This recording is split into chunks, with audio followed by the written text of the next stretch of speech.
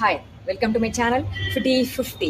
இன்னைக்கு நம்ம 4th day of series 17ல இருக்கும். அப்பர் பாடிக்கான எக்ஸசைஸ் தெரிஞ்சுக்க போகிறனால இல்லையா, அதனால இன்னைக்கு நான் ஒரு 2 எக்ஸசைஸ் சேர்ந்தா மாதிரி ஆனால் சிம்பிளான மூவ் தான் கொண்டு வந்திருக்கேன். என்னென்னு கேட்டிங்கன்னா, ஃபுல் கைக்கானது ப்ளஸ் செஸ்ட்டுக்கும் ஆனது. நான் ஃபஸ்ட்டு பண்ணி காமிக்கிறேன், பாருங்கள். அதுக்கப்புறம் அதோட பெனிஃபிட்ஸ்லாம் பேசலாம். Okay, stay tuned.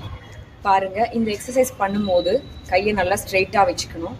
ஓகே, கையை முறுக்கிட்டு 2 எல்போஸையும் சேர்த்து தட்டணும், டேப் பண்ணணும். அதாவது ட்விஸ்ட் அண்ட் டேப் எல்போஸ். பாருங்கள், கையை நல்லா ட்விஸ்ட் பண்ணணும். நம்ம சிம்பிளாக இப்போ ஃபஸ்ட்டு ஒரு கை காமிக்கிறேன். சிம்பிளாக இப்படி பண்ணுற ட்விஸ்ட் இல்லை, ஷோல்டர்லேருந்து நல்லா ட்விஸ்ட், ஃபுல் 360 டிகிரிஸ் போகும். பாருங்கள், ஃபுல் ட்விஸ்ட். அதுக்கப்புறம் கொண்டு இந்த எல்போவை இன்னொரு எல்போவோட டச் பண்ண போகிறோம். பாருங்கள். ஓகே, கையை நல்லா பிரித்து வச்சுக்கிறேன். காலை நல்லா பிரித்து நின்றுக்கோங்க. உள்ள கோரை இழுத்து பிடிச்சிக்கோங்க. ஷோல்டர்ஸை நல்லா ப்ராடாக வச்சுக்கோங்க. கையை பிரிச்சிட்டோமா? Okay, twist tap elbows.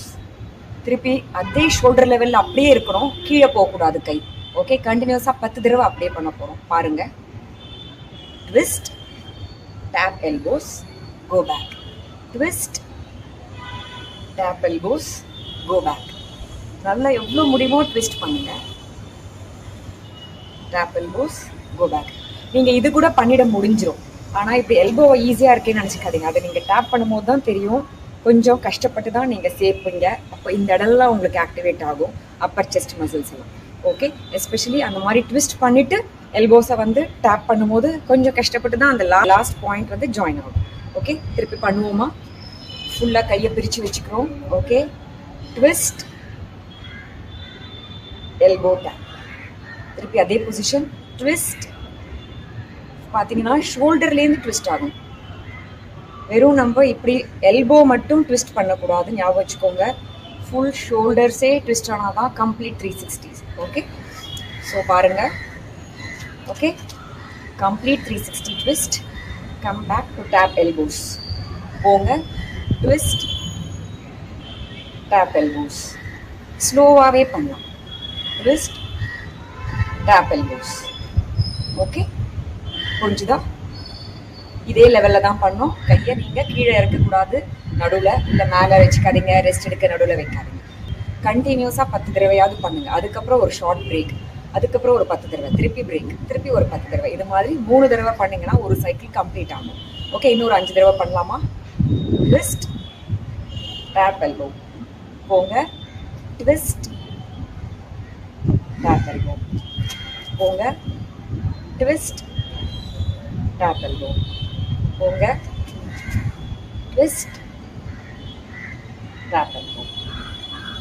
Twist tape.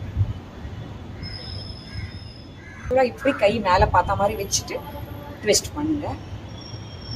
Tape elbow. Twist. Shoulder ஃபுல்லாக ரொட்டேட் ஆகணும். Tap elbow. Okay, twist tap elbow. Okay, அவ்வளோதான். இப்போ நீங்கள் இன்னும் 2 தடவை பண்ணி பாருங்கள். அதே மாதிரி அடுத்தடுத்து பிரேக் விட்டுட்டு. ஓகே, முடிச்சதால இப்போ பெனிஃபிட்ஸ் பற்றி பேசுவோம். ஸோ இவ்வளோ சிம்பிளான எக்ஸசைஸில் என்ன பெரிய பெனிஃபிட் இருக்க போகுதுன்னு நினச்சிடாதீங்க. ஏன்னு கேட்டிங்கன்னா, கையில் இருக்கிற இந்த ஷோல்டர் ஜாயிண்ட்டை நம்ம நல்லா 360 டிகிரிஸ்க்கு திருப்பி கொண்டு வரதால இந்த ஜாயிண்ட்டை நல்லா ஃப்ளெக்சிபிள் ஆக்குறோம். அதனால் வலிலாம் வராமல் இருக்கும். வலி இருக்கவங்களுக்கும் படிப்படியாக வலி குறையும்.